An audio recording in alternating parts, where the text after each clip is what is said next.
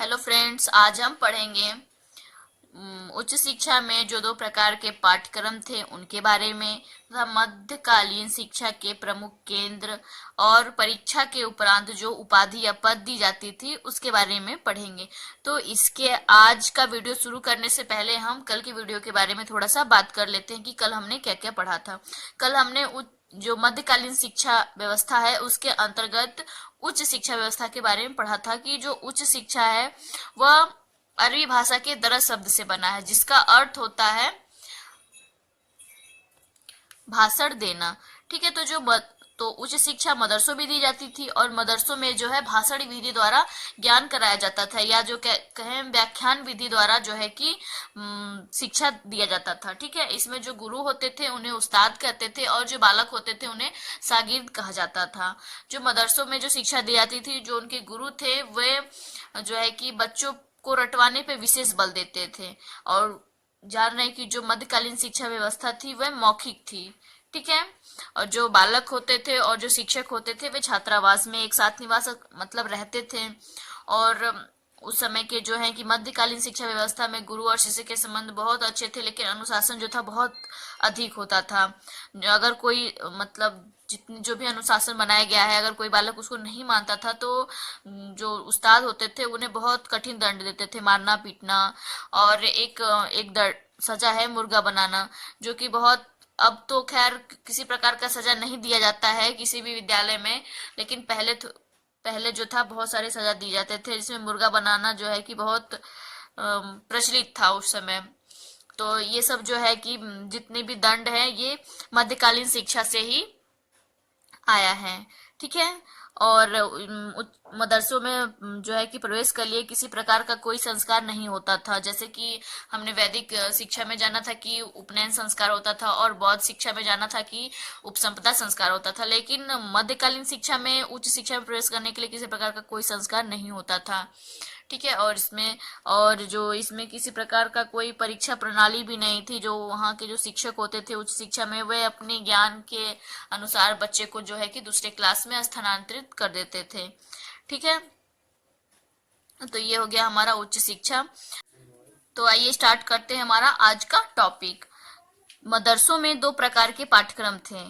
ठीक है, पहला था हमारा लौकिक शिक्षा और दूसरा था हमारा धार्मिक शिक्षा। तो लौकिक शिक्षा क्या था? लौकिक शिक्षा के अंतर्गत अरबी एवं फारसी भाषाओं का ज्ञान दिया जाता था और इसके अतिरिक्त कुछ विषय का ज्ञान दिया जाता था, जैसे इतिहास, साहित्य, तर्कशास्त्र, दर्शन शास्त्र, गणित, भूगोल, चिकित्सा और कृषि आदि विषयों की शिक्षा दी जाती थी। कुछ मदरसों में स्थापत्य कला तथा संगीत की भी शिक्षा दी जाती थी। तो जैसा कि मैंने कि जो लौकिक शिक्षा होता था, उच्च शिक्षा के अंतर्गत जो लौकिक शिक्षा होती थी उसमें जो है कि अरबी और फारसी भाषाओं का ज्ञान दिया जाता था और इसके अतिरिक्त इतिहास, साहित्य, तर्कशास्त्र, दर्शन शास्त्र, गणित, भूगोल, चिकित्सा और कृषि आदि विषयों की भी शिक्षा दी जाती थी और इसके साथ कला और संगीत की भी शिक्षा दी जाती थी। तो ये हो गया हमारा लौकिक शिक्षा। अब हमारा दूसरा क्या है? धार्मिक शिक्षा। तो इसके अंतर्गत जो इस्लाम धर्म की शिक्षा दी जाती थी, जिसमें कुरान का गहन अध्ययन, मोहम्मद साहब की परंपरा, इस्लामी कानून आदि सम्मिलित थे। इसके अंतर्गत भी इस्लाम धर्म की शिक्षा जो है कि उसके बारे में बताया गया है कि किस प्रकार की शिक्षा दी जाती थी, उसमें क्या महत्वपूर्ण था, किस चीज पे जोर दिया जाता था। तो इसमें जो है धार्मिक शिक्षा में वही कुरान का गहन अध्ययन किया जाता था और कुरान से मोहम्मद साहब की परंपरा जो है, इस्लामी कानून आदि जो है इस प्रकार सम्मिलित थे। ठीक है, तो जैसे कि हमने धार्मिक शिक्षा में पढ़ा कि कुरान, तो कुरान क्या है, कुरान के बारे में हम थोड़ा सा जानकारी ले लेते हैं। कुरान कुरान इस्लाम की पाक किताब है और इस्लाम की नींव है। मुसलमान मानते हैं कि इसे अल्लाह की भेजी अंतिम और सर्वोच्च किताब है। यह ग्रंथ लगभग 1400 साल पहले अवतरित हुई है। इसमें अरबी भाषा शब्द है, अक्षरों और शब्दों को सार्थक क्रम में साथ जोड़कर जबान से अदा किया जाता है। कुरान किसी खास जाति या क्षेत्र के लिए नहीं है, बल्कि पूरी दुनिया के लिए अवतरित हुआ है। इसका संबोधन पूरी मानव जाति से है। तो जैसा कि हमने कुरान के बारे में भी जाना कि कुरान एक पाक किताब है। ठीक है, इसमें जो है कि ऐसा नहीं है कि किसी एक धर्म या किसी एक जाति के बारे में जो है कि बताया गया। इसमें सभी मानव जाति होती है। ठीक है, इसमें पूरी मानव जाति के बारे में बताया गया कि पूरी मानव जाति जो है पूरे को संबोधित किया गया है कि वे अच्छे राह पे चले और अच्छे कार्य को करें। तो ये कुरान के बारे में हमने जाना। उसके बाद हम लोग मध्यकाल में जो उपाधि थी उसके बारे में पढ़ेंगे। ठीक है, मध्यकालीन शिक्षा में किसी भी प्रकार की व्यवस्थित परीक्षा प्रणाली का प्रचलन नहीं था। ठीक है, शिक्षक अपने विवेक से छात्र को एक कक्षा से दूसरी कक्षा में तरक्की दे देते थे। किसी भी विषय में गहन अध्ययन अथवा प्रतिभा प्रदर्शित करने वाले छात्र को उपाधियों से विभूषित किया जाता था। वे विभूषण इस प्रकार हैं। ठीक है, तो जैसे जो तर्कशास्त्र के विषय के अध्ययन करते थे, विषय में अध्ययन करते थे, तो जो तर्क शास्त्र के क्षेत्र में जो उन्हें उपाधि दी जाती थी उसे फाजिल कहा जाता था। ठीक है, फाजिल पद से विभूषित किया जाता था। उसके बाद धर्मशास्त्र है, तो धर्मशास्त्र के क्षेत्र में ठीक है जो उपाधि दी जाती थी उसे आलिम आलिम पद से विभूषित किया जाता था। उसके बाद हमारा साहित्य है, तो साहित्य के क्षेत्र में काबिल पद से विभूषित किया जाता था। ठीक है, तो ये उस समय की जो उपाधि थी वो इस प्रकार थी। तो अब हम क्या पढ़ेंगे, अब हमारा जो टॉपिक है वो है हमारा मध्यकालीन शिक्षा के प्रमुख केंद्र। तो जो मध्यकालीन शिक्षा थी, जो मुस्लिम शिक्षा थी, उसके जो प्रमुख केंद्र कहाँ कहाँ पे थे हम इसके बारे में जानेंगे। पहला है हमारा दिल्ली। तो दिल्ली जो है वह कहीं ना कहीं राजधानी क्षेत्र था, जिस वजह से यहाँ पर कई सारे मकतब और मदरसे थे। तो मकतब और मदरसे थे तो वहाँ पे जो है कि शिक्षा व्यवस्था, जब वो राजधानी थी तो राजधानी में ये है कि कोई भी चीज अच्छा होता है वहां पे, तो शिक्षा व्यवस्था भी वहां पे अच्छी होगी। ठीक है, उसके बाद हमारा है आगरा। आगरा अकबर के समय में भारत की राजधानी थी। ठीक है, जब अकबर था उस समय में जो है कि भारत की राजधानी आगरा थी, और अभी क्या है, भारत की राजधानी दिल्ली, अब तो नई दिल्ली हो गई है।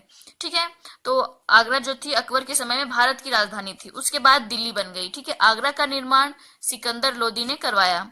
तो जब एक शहर का निर्माण किया तो मकतब और मदरसे भी बनाए होंगे शिक्षा के लिए। ठीक है, तो जैसा कि हम जानते हैं कि कोई अगर शहर का निर्माण किया जा रहा है तो जाहिर सी बात है कि वहाँ की सारी सुविधाओं को वहाँ पे व्यवस्थित किया जाएगा, और सारी सुविधाओं का किस प्रकार यूज करना है उसके लिए तो शिक्षित होना बहुत ही जरूरी होता है।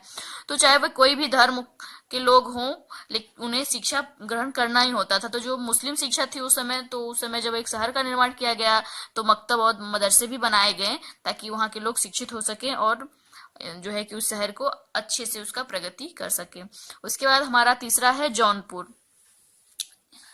जौनपुर को सिराज ए हिंद भी कहा जाता है। ठीक है, भारत का सिराज ए हिंद जौनपुर को कहा जाता है। ये उत्तर प्रदेश राज्य में स्थित है।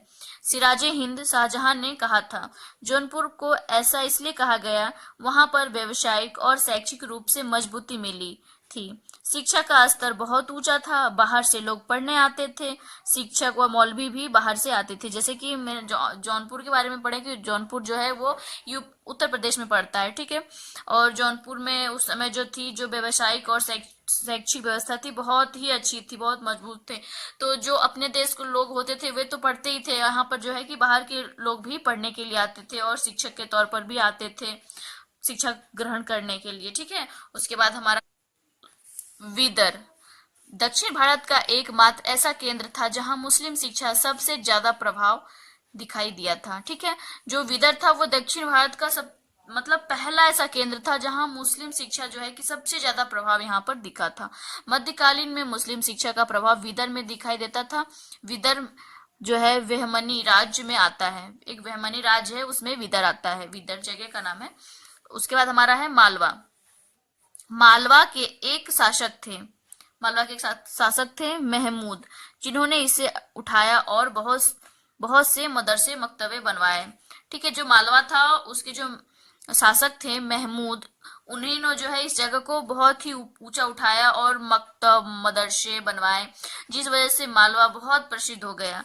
तो ये जो 5 जगह मैंने अभी आपको बताया है, ये जो है मुस्लिम शिक्षा प्रणाली के जो है प्रमुख केंद्र हैं। ठीक है, इसके अलावा भी हैं, लेकिन मैंने जो है कि 5 के बारे में आपको बताया है। ठीक है, तो आज का वीडियो कैसा लगा कमेंट करें, लाइक शेयर सब्सक्राइब भी करें। धन्यवाद। और जो हमारा अगला टॉपिक होगा वो होगा मुस्लिम शिक्षा प्रणाली की विशेषताएं क्या क्या थी, उसके बारे में हम लोग पढ़ेंगे।